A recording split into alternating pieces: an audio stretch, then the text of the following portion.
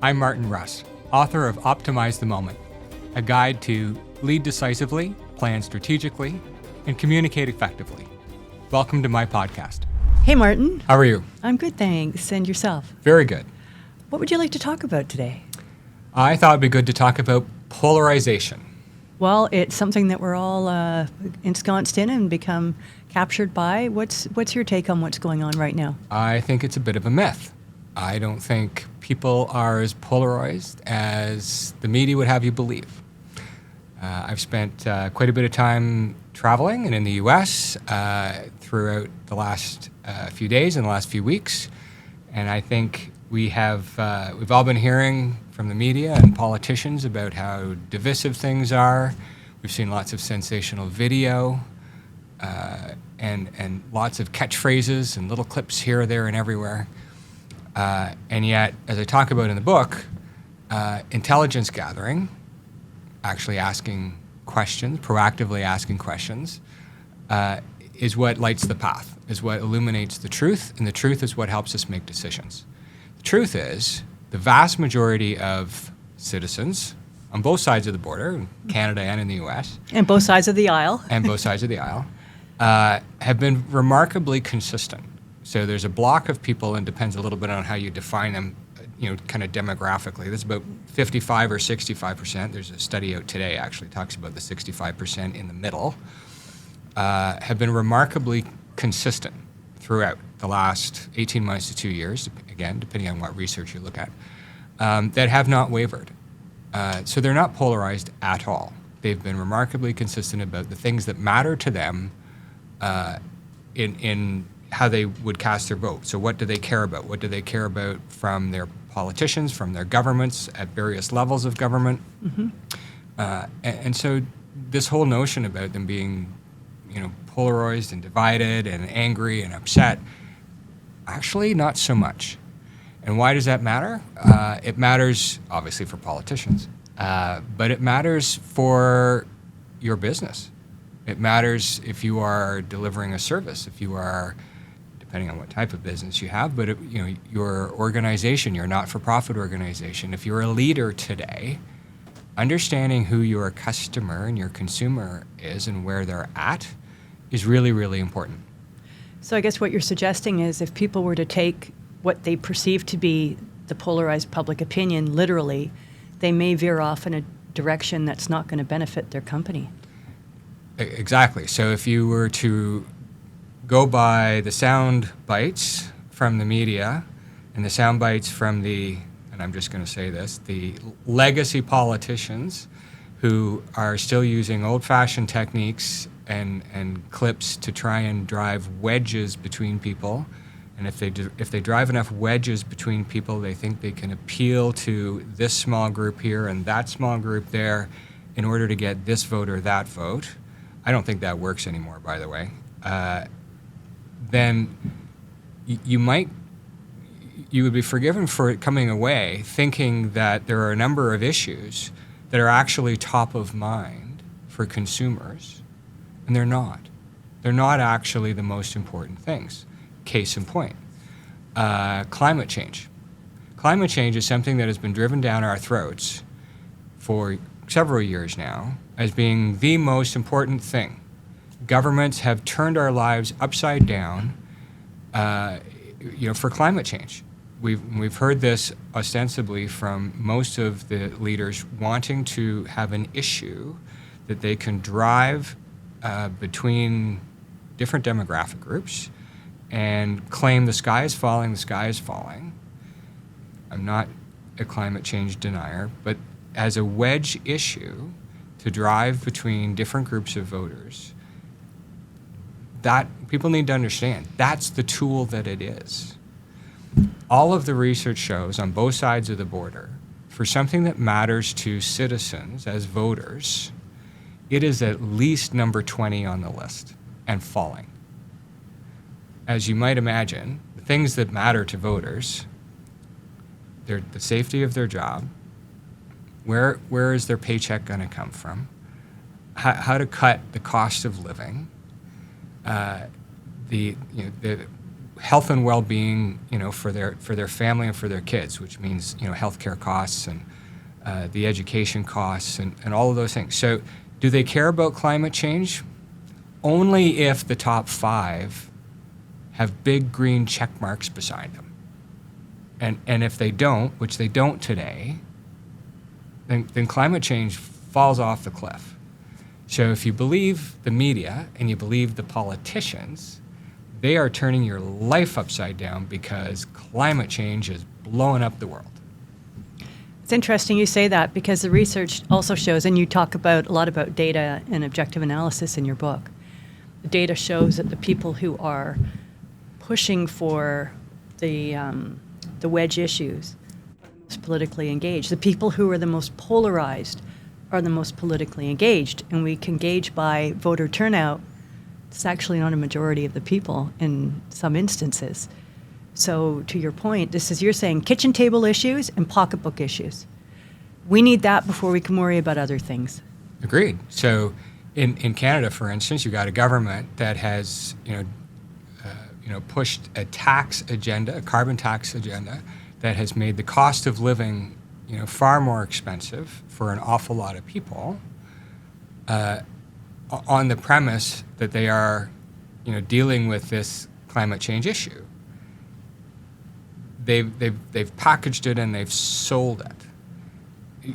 You can argue whether they've done a good job or a bad job about doing it. They've done it, and yet there is an enormous gap, and a lot of research shows this, as to whether or not that issue actually matters to anybody. And so far, the verdict's in. That's 65% of Canadians that actually vote, that actually get out there and drive the economy, that are in all of those demographics, that have small businesses, medium-sized businesses, that hire other people. They don't care. At least not as long as all of those other issues are on the table. And all of those other issues are very much on the table. And this matters. This matters because if you run an organization, if you're a leader at all, in whether it's your church, your not-for-profit organization, your small business, and you're appealing to others, those people have a very different sense of priorities. And so we as leaders want to reach out to them. Job number 1 is keep the customers you've got. Yeah. Job number 2 is expand, right? You want more customers like the ones that you've got. And I think a lot of businesses are just kind of missing the boat. Right? They're trying to appeal to a group of people who don't exist. Interesting, because, and I would say just to the point of how so a lot of, I think, these issues are communications driven. I agree with you. Not just legacy media, but social media. Because when one government, whether it be provincial, federal, municipal, pushes out an issue, the other side will attack it. And so hence you're talking about the polarization. There's some policies that aren't communicated well that don't cost as much as you think. There are other policies that are not communicated well and cost more than you think, right? So it's back to what you're saying. It's both sides at each other's throats, creating this wedge that gets people up in arms about what they perceive to be the impact on them. And what you're saying is when you advise leaders, that's a little bit of noise. It's a lot of noise. A lot of noise, but don't focus on the noise. Don't focus on the noise. So if you're, one of the reasons to hire a strategic advisor like me or someone like me is to help focus on the business goals, right? To define them, to simplify them, to define them, and to help the team be able to define what's achievable and in what kind of time frame, right? So achieve that impact and cut through the noise. What's the marketing and what's real and what's not? So that's a very effective way to streamline your goals and objectives. So what you're saying is when you come in, you can bring a fresh set of eyes, check out, objectively, do objective analysis, look at the data. Objectivity is the single most important characteristic of professional advice.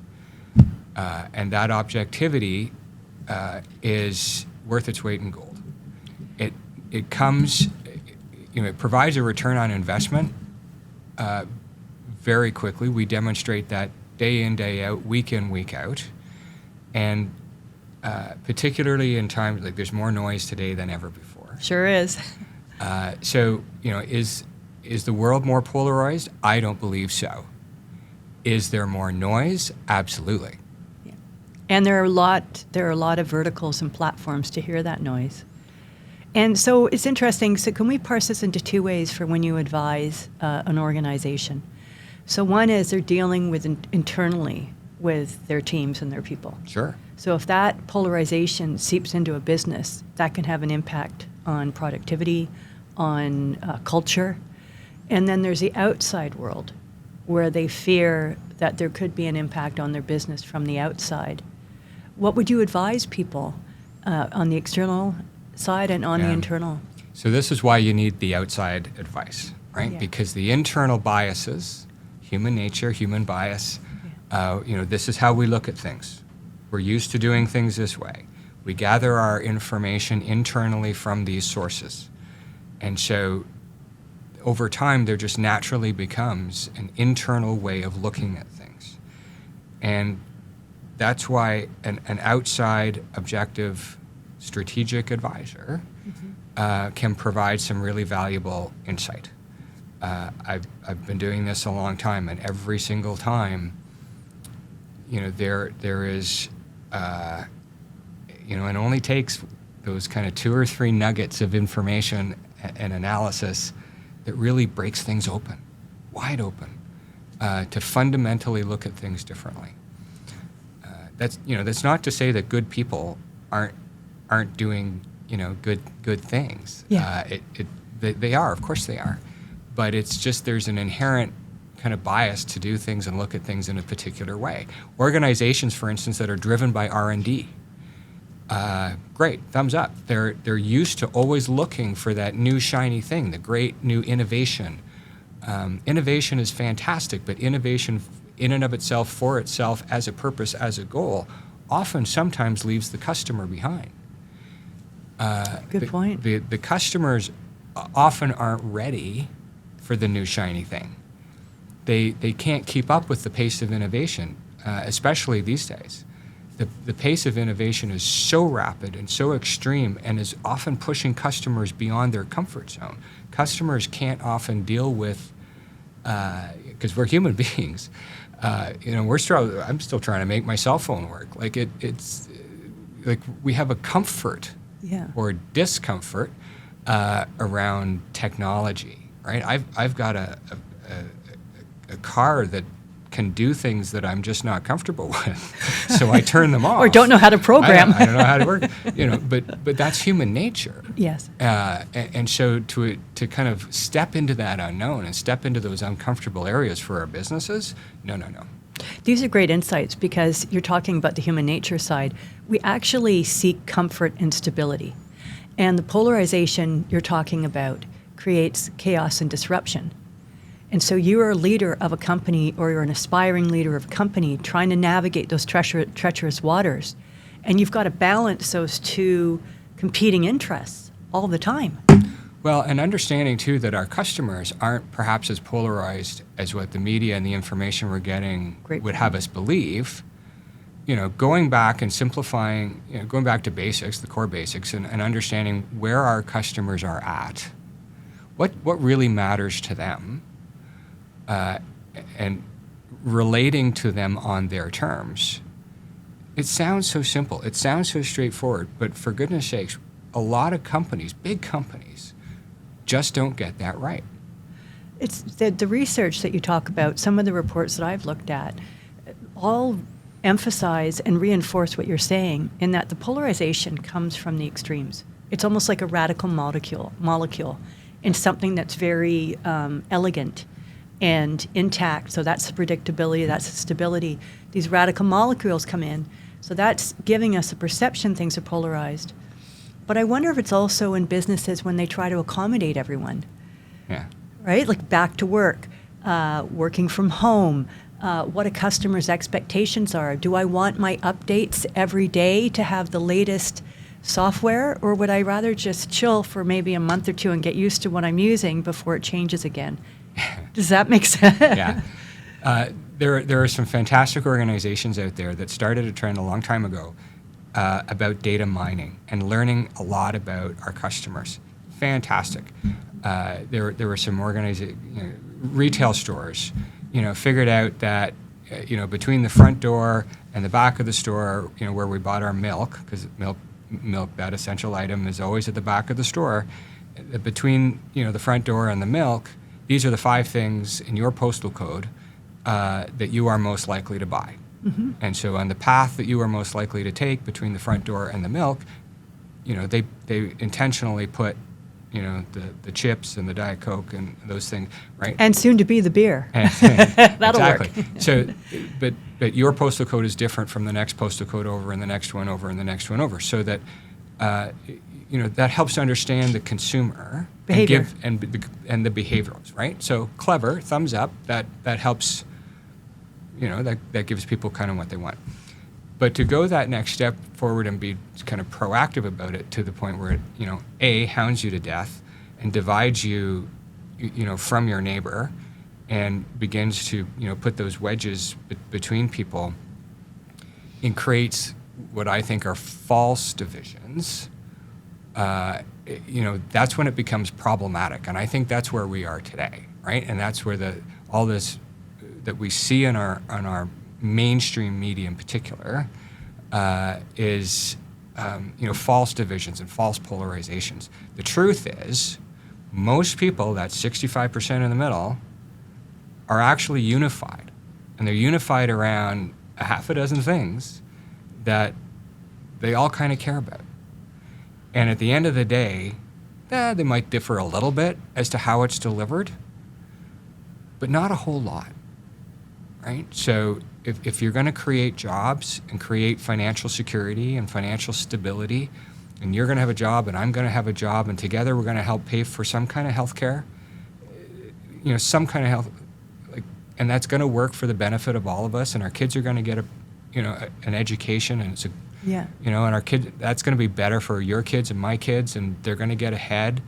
We might differ a little bit as to what's better, but as long as we're part of a society and everybody's taken care of, and so this notion of, and I believe it was research that came out today here in Canada that said we're all kind of center to center right, which means we want our money to be taken care of properly, fiscally prudent, financially responsible, take care of our tax dollars, right? Be good stewards of our tax dollars. Do not waste it.